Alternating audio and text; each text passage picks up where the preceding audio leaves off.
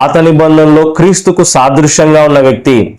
మరి ఇతను షాలేము రాజు, మెల్కిజెదెకు రాజు. ఇతను యాజకుడు కూడా అయి ఉన్నాడు.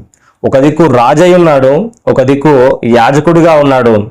దేవునికి ప్రతినిధిగా, దేవుని వ్యక్తిగా, దేవుని యాజకునిగా, దైవజనునిగా అతను ఏం చేస్తున్నాడంటే అబ్రహామును ఆశీర్వదిస్తా ఉన్నాడు. దేవునికి స్తోత్రం, మహిమ కలుగును గాక. ఆశీర్వదించి ఆకాశమునకును భూమికి సృష్టికర్తను సర్వోన్నతుడైన దేవుని వలన అబ్రహాము ఆశీర్వదింపబడును గాక. హల్లెలూయ. ఎలా ఆశీర్వదిస్తున్నాడో చూడండి. దేవుని నామంలో ఆశీర్వదిస్తున్నాడు. మరి అబ్రహామును దీవిస్తా ఉన్నాడు. అబ్రహాము వాగ్దానం పొందుకోవడానికి సిద్ధంగా ఉన్నాడు.